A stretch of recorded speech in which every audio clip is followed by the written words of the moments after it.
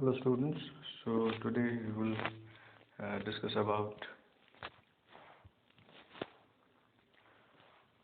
integral transforms.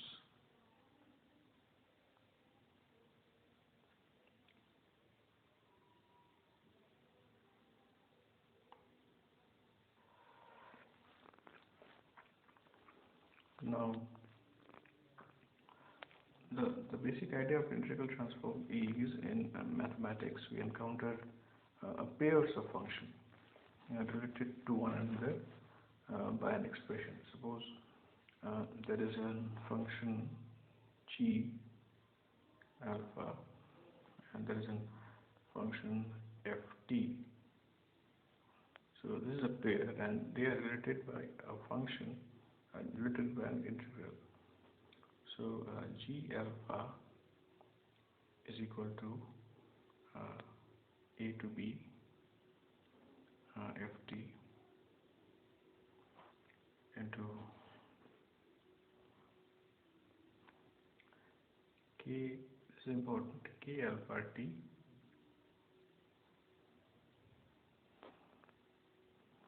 dt.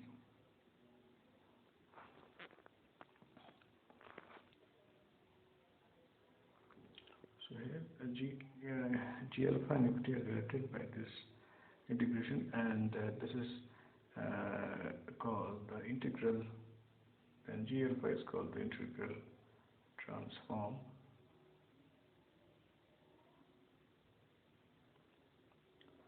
of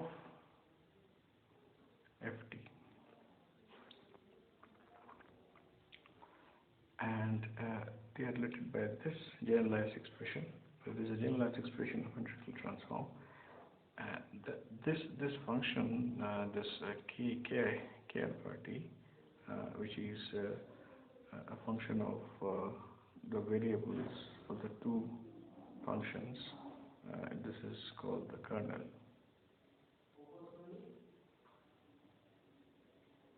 It's called the kernel. So basically, what we are doing, this operation of integral transform is maybe also described as mapping function f in t space into another function g alpha and alpha space. So there's a mapping going on of ft in t space and g alpha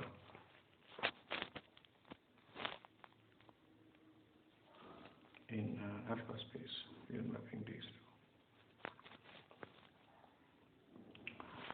So there are different types of integral transforms. The very common integral transform is the Fourier transform.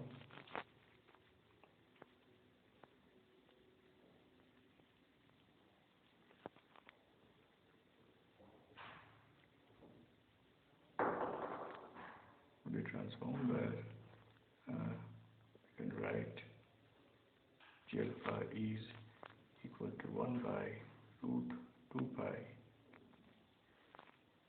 0 minus infinity 2 plus infinity ft, and now we'll write the kernel, which is e to the power I alpha t then dt. Sorry.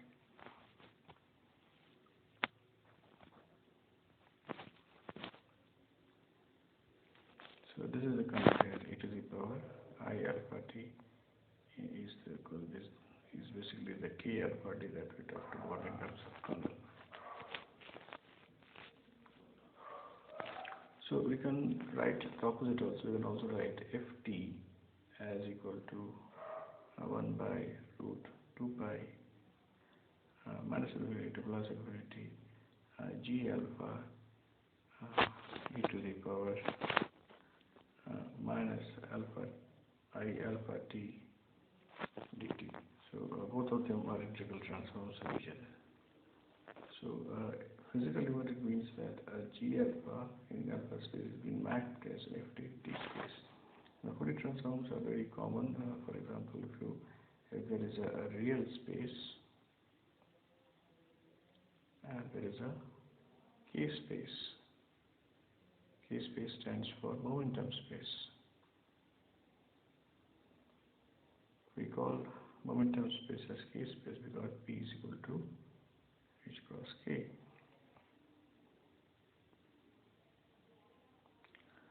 So if there is a mapping of function from real space to k-space, we can use a Fourier transform.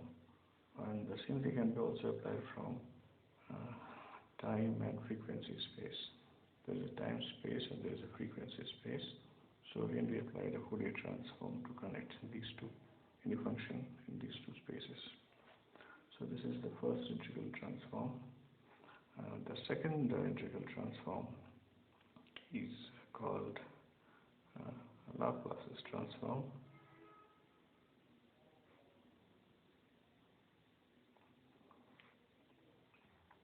So, and it is given as again e to the power 0 to infinity ft, and the kernel is e to the power minus alpha t, then dt. So this is the expression for Laplace transform. So one second, wait. G alpha is equal to 0 to infinity ft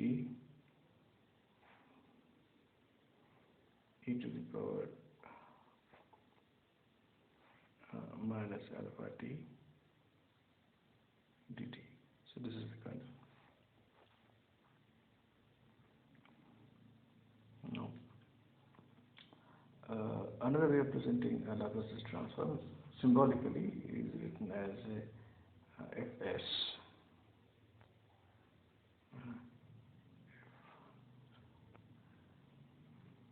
Fs is equal to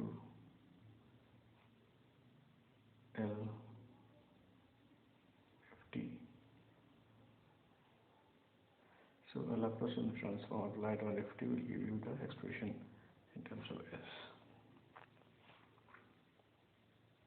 And, this is again can be written as limit a tends to infinity 0 to a e to the power minus st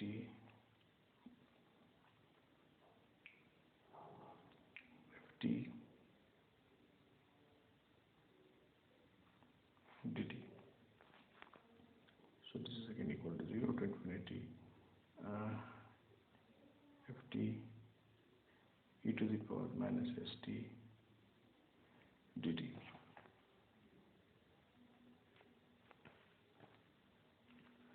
So now there are a few cases. The first case, and now we can assign different values of ft, and we can find out the corresponding values of fs by applying the Laplace transform here. So let's say number one, if ft is equal to 1, so then it will be L1. So it will be simply equal to 0 to infinity e to the power minus st dt, since ft is equal to 1, and this is nothing but 1 by s for s greater than 0. So this is the first case. And the second example is what if ft is equal to e to the power kt.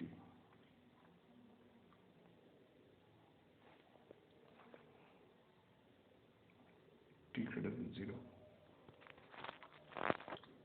So we need to do Laplace transform of e to the power kt. So simply we will replace ft by e to the power kt, and this is equal to 0 point infinity e to the power kt e to the power minus st dt. And so it simply is equal to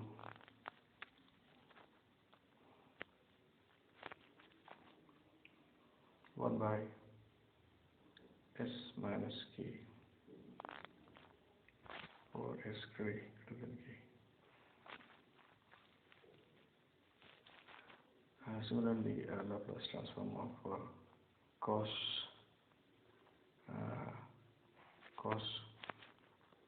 hyperbolic kt is equal to 1 by 2 e to the power kt plus e to the power minus kt. This is expression number 3. Expression number, so this is 3a. So similarly, we can write 3b is if it is Laplace transform of sine hyperbolic kt. So it will be again equal to, similar to the previous case, it will be 1 by 2. Only thing is that there will be a minus sign in between. It will be kt minus e to the power minus kt.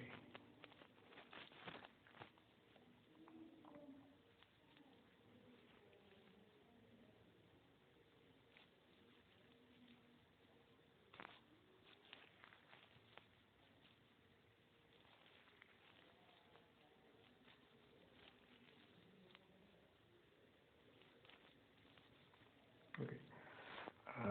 So the next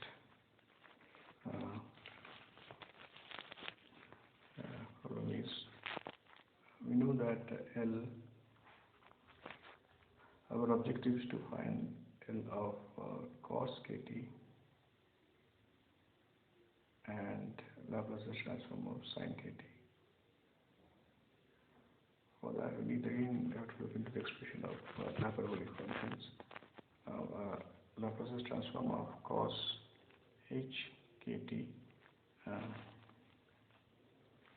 is equal to half. Oh, sorry, it's not hyperbolic function. It's cos h kt is equal to half.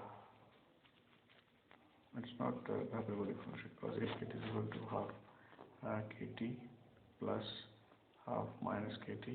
So please correct the previous my statements. And similarly, sin h kt is equal to half e to the power kt minus e to the power minus kt. So this is the correct expression. If you look into this expression, you will understand that if someone is doing a Laplace transform of some cos h kt, so this is equivalent to doing a hyperbolic transform on e to the power kt and plus e to the power minus kt. So that is once again Laplace transform of cos h kt is equal to Laplace transform of 1. This is half e to the power kt plus e to the power minus kt. So that is why this expression is equal to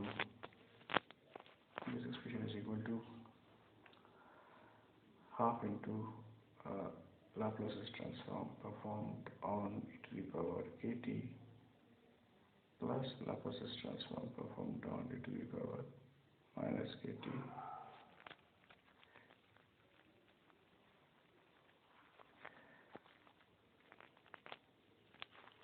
And we know that e to the power kt is equal to 1 by s minus k. So, and similarly, Laplace transform minus kt will be equal to 1 by s plus k. So, if we use these two expressions, so we ultimately get that Laplace transform of cos h kt is equal to 1 by 2 1 by s minus k, so 1 by s plus k, and which ultimately turns out to be equal to s by a square minus k square. This is the expression for Laplace transform of cos hyperbolic s by a square minus k square. Similarly, using the same concept, you get the Laplace transform of sine hkt as equal to k by a square minus k square.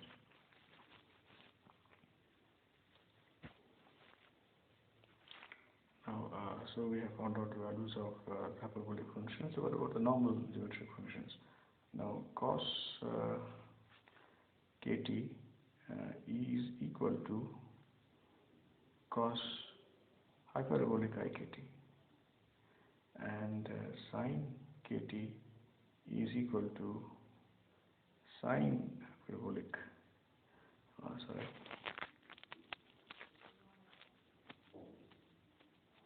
minus I sine hyperbolic ikt. So there is this extra minus I associated with the sine function. So now what we have to do to find out the Laplace transform of cos kt and sine kt, we know that sine hkt is equal to 1 by square by k square. So to find out the value of Laplace transform of sine kt, what we will simply replace k by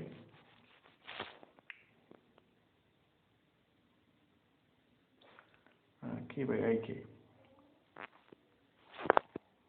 So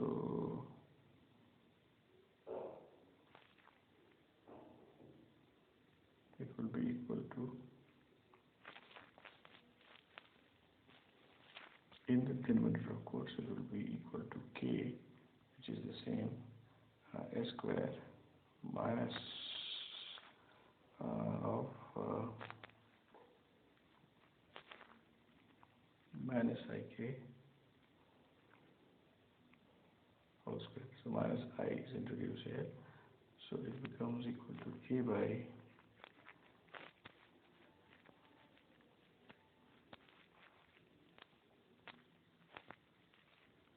s square plus k square. Similarly, Laplace transform of cos kt will be equal to s by a square plus k square. Both, of course, in all the cases, of course, s is greater than 0.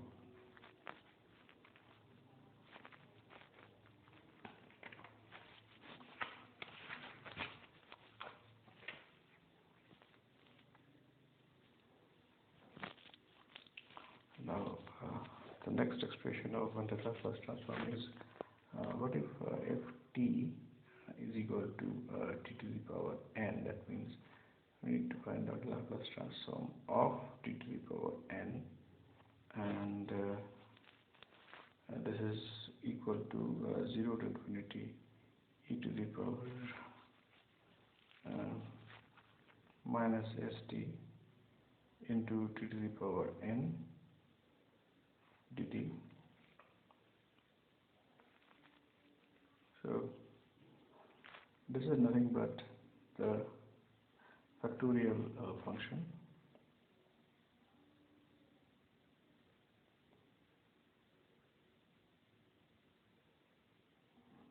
and it is equal to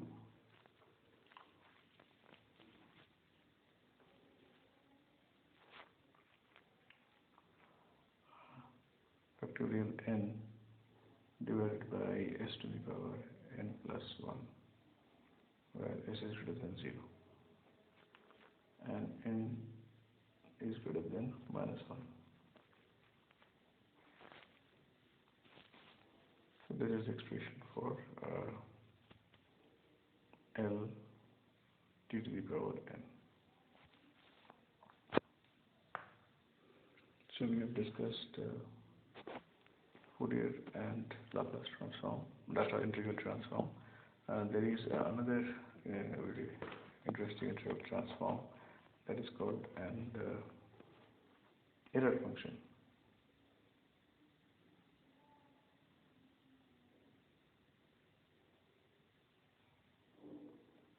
And this is written as E at fx. It is related with cos, and E at fx is equal to 2 by root pi integration 0 to x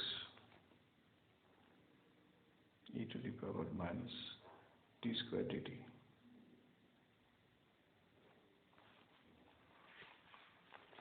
This is the error function. It has got the properties, that is error function of minus infinity is equal to minus 1, and the error function of positive infinity is equal to 1, error function of minus x is equal to minus error function of x, and error function of x to the power n is equal to error function x to the power n.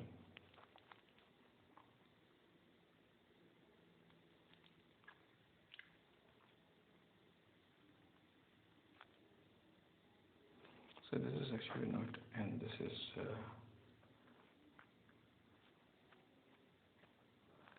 a complex conjugate called star. This is also star. So star stands for complex conjugate.